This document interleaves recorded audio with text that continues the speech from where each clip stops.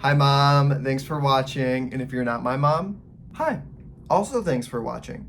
Tell your mom I said hi. From the studios that brought you Psychedelic Experience, JFK Conspiracies, and Bigfoot vs. Megalodon, 2, I present to you Finding Jesus. Okay, so basically, Wow Now Entertainment just pumps out movies like it's nobody's business. Producing over 100 movies in 2022 alone. And as previously mentioned, these movies are just all over the place. We have movies such as Kung Fu Masters and The Lion Kid, and my personal favorite, him. Let's actually dive into Finding Jesus. You get it? Dive. The movie's about a fish, so dive, ooh.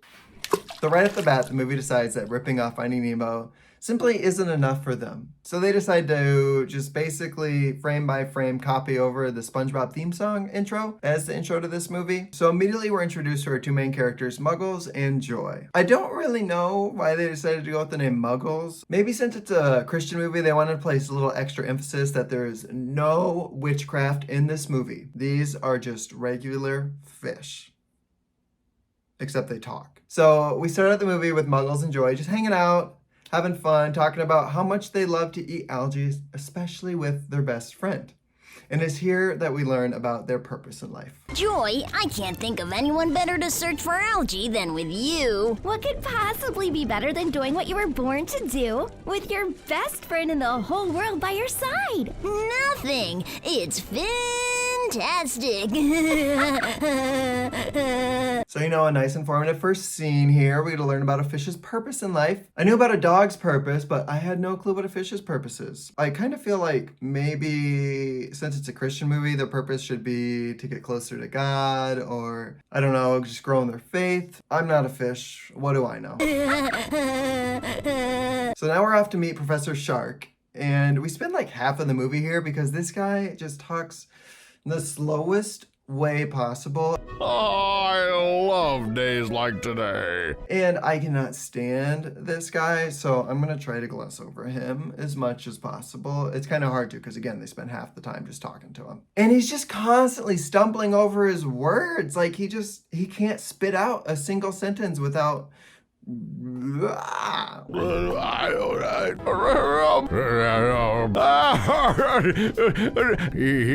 Basically, Professor Shark's the teacher of Bubbletown, where they live, and Professor Shark tells them like, oh, you guys are such good students. I feel like people could learn a lot from you. So how about you guys go do my job places?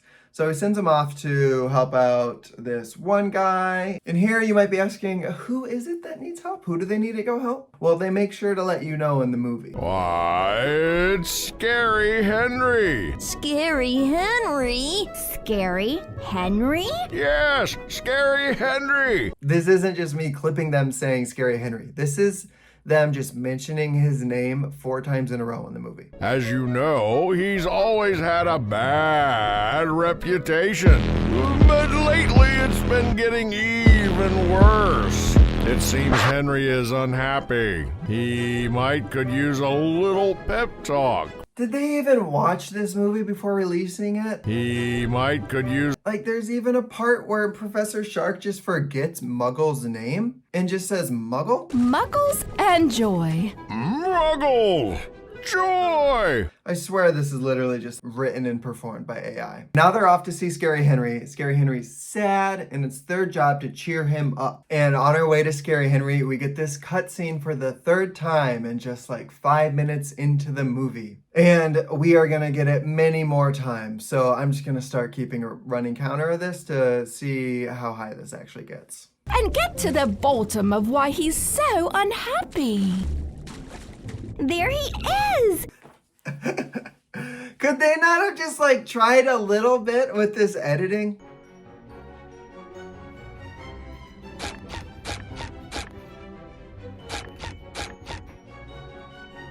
There he is. What's the deal, Henry? You seem down in the dumps. What do you care? Me? I don't even have a reef to call home. Oh, Henry, that's a terrible way to look at things. So this dude apparently just lost his home, and the best Joy can do is say, Henry, That's a terrible way to look at things. Like, this guy just lost his home.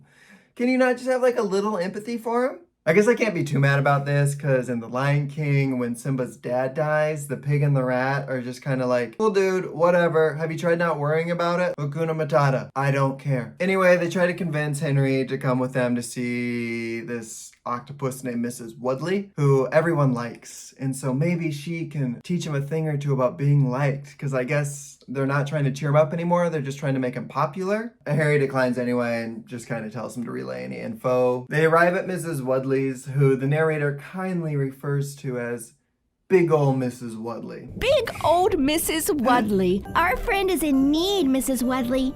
He's feeling really down and has lost sight of the important things in life. Does a home not count as an important thing in life? Like, are we just not going to acknowledge that he lost his home? So then Mrs. Woodley says, you know, this guy just sounds like he needs to be more grateful, which I guess is probably like a good lesson for 99% of people. Like, I know I could probably work on that.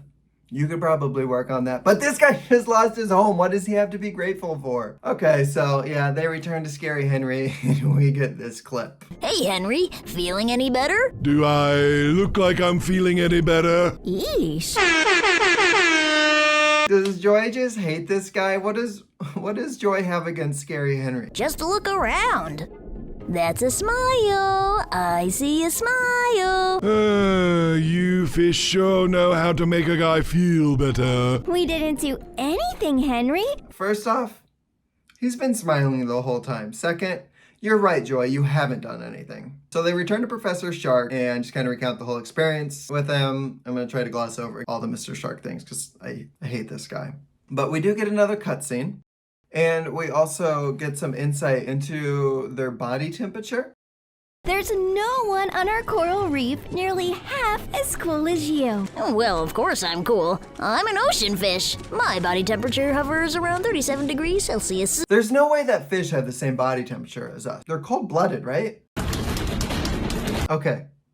Yeah, most fish are cold-blooded, so definitely not 37 degrees Celsius. Like, they could have at least just done a little bit of research. Like, at least AI would have caught that. I know that we shouldn't write movies with AI, but I think we probably should have written this one. All right, we return to Professor Shark, and we have a new job for Muggles and Joy. This time, they need to go rescue Marlowe the swordfish. Marlowe wasn't paying attention and got himself stuck in seaweed. And as we all know, if he can't swim, he can't breathe. And if he can't breathe, well, I get that it's a kid's movie, but maybe we could have just skipped the death part entirely instead of having the professor, you know, like...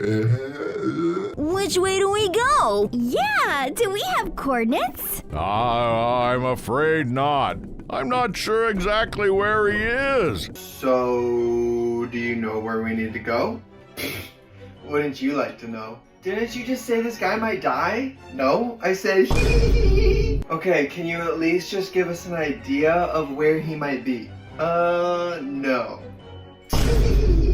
Okay, so they need to go save Marlowe ASAP. So obviously they're probably going to take off right away, right? To go save him. No, they stick around for another 5 minutes just talking about friendship because, you know, we got to get this movie to the correct length. 69 minutes. Eventually they go off and run into Pickles and we get another just amazing cutscene. Oh, hi, Joy! So Pickles just tells them that Marlowe's been freed and none of that actually really mattered. And they decide to go see Marlowe anyway, who just shows them an algae bed where they can eat algae and we're done. So they go back to Professor Shark again. We have to endure that. They talk about friendship. Then they talk about how after they had all of the algae from the algae bed Marlowe showed them, they decided to distribute it. To which Professor Shark says, oh, that's so nice. You guys should just take the rest of the day off. So then they run into Lizzie, recount the whole like giving algae to people thing, and she's like, you guys are being too prideful. How about instead of telling me about that, you go repay Patty who showed you something. But we haven't met Patty yet. Although you might remember Patty from her past appearances in Christmas Under the Sea or Fishtails 2 or Fishtails 3. And if you still don't recognize the name Patty, Maybe you recognize the name Big Ol' Whale, which they kindly refer to her as. They just like to refer to the older women in this movie as big and old. But what can two tiny fish like us do for a big old whale like Patty? Okay, and then they're off to find Patty. Much to Patty's surprise, Muggles and Joy prepared a gift that their beloved whale friend will not soon forget. A yummy seabed littered with plump crustaceans. A big whale's favorite treat. Are they setting up Patty to kill Scary Henry? Is that why Joy was being so mean to him? Do whales even eat crabs? I know they eat plankton and krill, but do they eat crabs? I guess they do. So yeah, Joy wants to kill Scary Henry. Okay, well, you two have fun. I will remember you. Ba-da-da-da. Yeah, so Scary Henry's dead, Joy is overjoyed, and this has to be the worst part in the movie, right? Like, it can't get any worse than this, right? Right? Muggles and Joy get caught in a little lie, so Mr. Shark sends them on just a little mission. I'd like it very much if you went to see Mr. Sushi. Perhaps he can shed some light on the power of moral purity.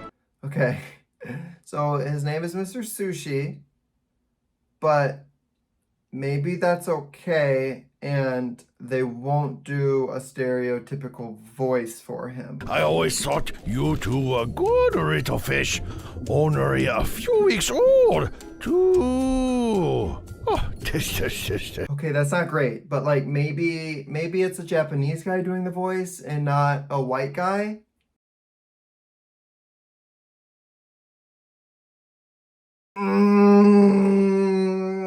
I'm starting to think that if you showed this movie to Jesus, he might rethink the whole dying for our sins thing. Okay.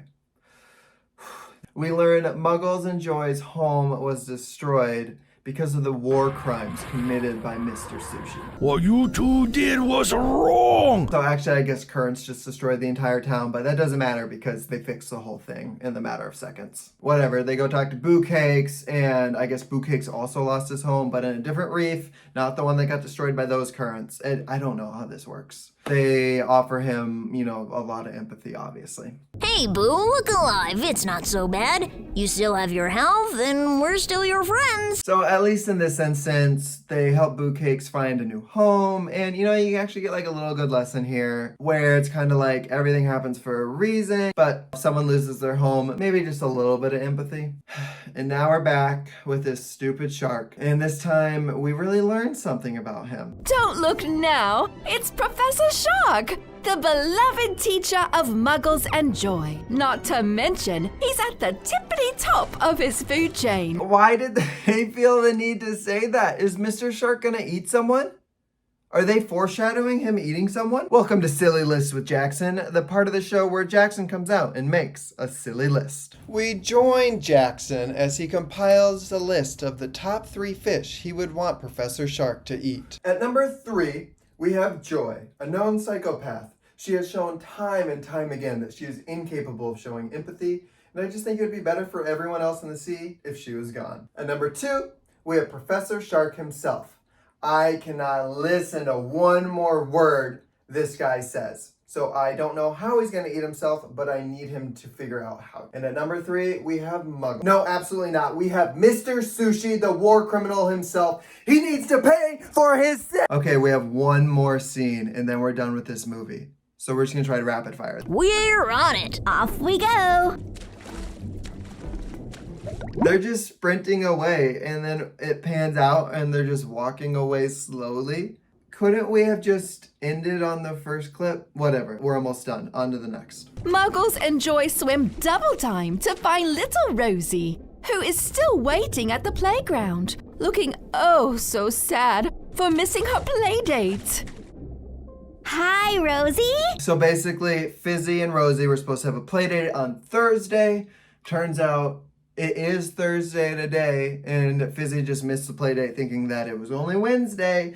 They schedule a play date for Friday. Everything's good. Everything's hunky-dory, and we are done. Oh wait, actually there's one more cutscene and boom, there we go. That's number 20. Time to answer the age-old question of, is this the worst movie of all time? Well, it is extremely bad, and I despise the fact that I've watched it 3 times now, and will probably watch it a 4th time before all is said and done. I think to qualify as the worst movie of all time, you at least have to like try to make a good movie, and I don't think a company that is pumping out, 100+ movies a year is necessarily really trying to make a good movie. As far as I'm concerned, this is just something a 1st grader made. I could make something better than this in 5 minutes. You know what?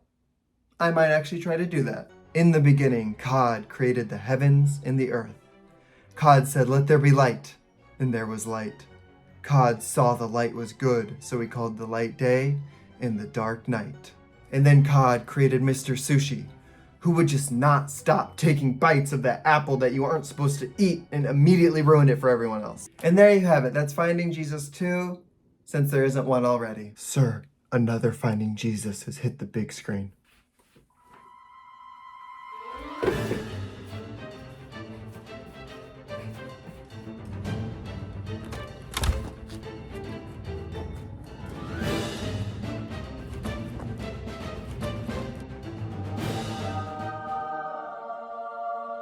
Wow, I actually made it.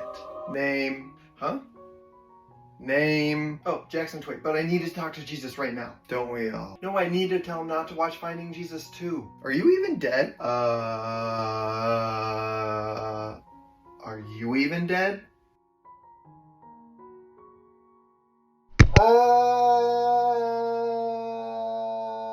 Subscribe. Bye.